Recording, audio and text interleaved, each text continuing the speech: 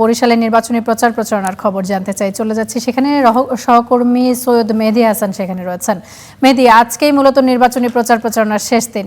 আজ শেষ দিনে প্রচার প্রচারণায় কেমন ব্যস্ত সময় পার করছেন প্রার্থীরা, এবং সেই সাথে ভোটারদের খবরও একটু জানতে চাই। আপনাকে ধন্যবাদ। আমি এই মুহূর্তে রয়েছি বরিশালের জেলা ও মহানগর বিএনপির কার্যালয়ের সামনে।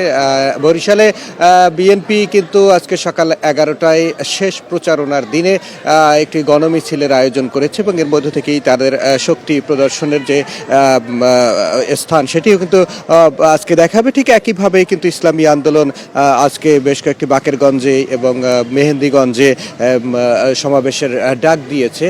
আমরা যে স্থানটিতে রয়েছি এখানে এসে সকালবেলা থেকেই কিন্তু দেখছি যে নেতাকর্মীরা আসতে শুরু করেছেন, আর অল্পক্ষণের পরে বিএনপির এই প্রচার প্রচারণা শুরু হবে।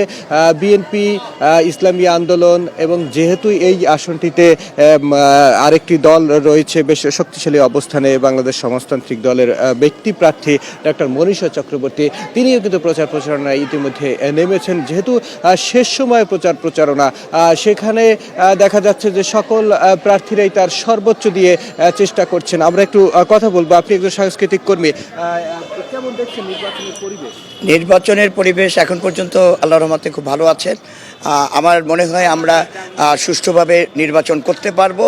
এর মধ্যে আমার কোনো দ্বন্দ্ব নেই এবং আমার দ্বিধাও নেই। আমি অপকটেই বলতে পারছি যে আমরা সুষ্ঠুভাবে নির্বাচন করতে পারবো। আর যদি নির্বাচন হয় তাহলে আমার মনে হয় বরিশালে যে কয়টি সিট রয়েছে তার ভিতরে মানে আমাদের আশা আছে সব কয়টি সিট আমরা অর্জন করতে পারবো, এবং সেই বিএনপি এবং বিএনপির যে কার্যক্রম এখন, হ্যাঁ, এই যে বিরোধী দল বলছে চাঁদাবাজি, তারেক জিয়া যে উদ্যোগ নিয়েছে, তারেক জিয়া যদি জীবিত থাকে এই বাংলাদেশের কোনো চাঁদাবাজি থাকবে না। যেমনটি শুনছিলেন, আসলে উৎফুল্ল নেতাকর্মীরা সকাল থেকেই কিন্তু তারা এসে অবস্থান করছেন, এবং তারা কিছুক্ষণ পরেই মিছিল নিয়ে নামবেন এবং জনসংযোগ করবেন। এবং বিএনপির পক্ষ থেকে বলা হয়েছে যে এটি তাদের সর্বশেষ প্রচারণা।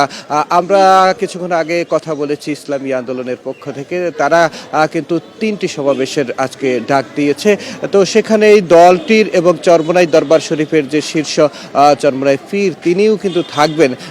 এবং এর মধ্য থেকেই কিন্তু যে বরিশালের যে আমি একটু পরিবেশের যদি কথা আপনাকে জানিয়ে রাখি, যে বরিশালে এখন পর্যন্ত ওইভাবে প্রার্থীদের বিরুদ্ধে প্রার্থীরা কথার লড়াই চালালেও কোনো ধরনের বড় ধরনের কোনো সহিংসতার ঘটনা আমরা এখন পর্যন্ত দেখিনি। আইনশৃঙ্খলা রক্ষাকারী বাহিনী তারা কিন্তু যৌথ বাহিনী ইতিমধ্যে গতকালকে টহল শুরু করেছে, এবং বিএনপি কমিশনার, বরিশালের পুলিশ সুপার, তারা কিন্তু জানিয়েছেন যে তারা নির্বাচনকে সফল করতে সর্বোচ্চ সতর্ক অবস্থানে রয়েছে। আমরা দেখেছিও যে বিভিন্ন মোড়ে মোড়ে তল্লাশি চালানো হচ্ছে, সন্দিগ্ধ ব্যক্তিদেরকে তল্লাশি চালাচ্ছেন, এবং প্রার্থীরাও কিন্তু শেষ মুহূর্তে আসলে কথার ফুলঝুরি ছিটাচ্ছেন, তারা আশ্বস্ত করছেন বরিশালের উন্নয়ন, বরিশালের বিগত দিনে যে পিছিয়ে রাখার যে সংস্কৃতি ছিল সেই স্থানটা থেকে বেরিয়ে আসার জন্য সব ধরনের কিন্তু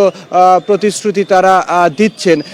আমরা অর্থাৎ ভোটের মাঠ যে সময় যত শেষের পর্যায়ে এসেছে তত কিন্তু আমরা দেখেছি যে একেবারেই সরগরম হয়ে উঠেছে, এবং এই যে কথার লড়াই এবং এই যে ভোটের যে দ্বন্দ্ব শুরু হয়েছে, এর মধ্য থেকে 12ই ফেব্রুয়ারি একটি ভালো ভোট এবং বিতর্কমুক্ত ভোট উপহার দেবে, সেটি কিন্তু সাধারণ মানুষ চাইছে। এই ছিল বরিশাল থেকে আমার কাছে সর্বশেষ তামান্না। আপনাকে আমাদের সঙ্গে যুক্ত হবার জন্য। দর্শক, বরিশাল থেকে মেহেদী আমাদের সঙ্গে যুক্ত হয়েছিলেন, সেখানকার শেষ দিনের প্রচার প্রচারণার খবর তিনি আমাদের জানাচ্ছিলেন।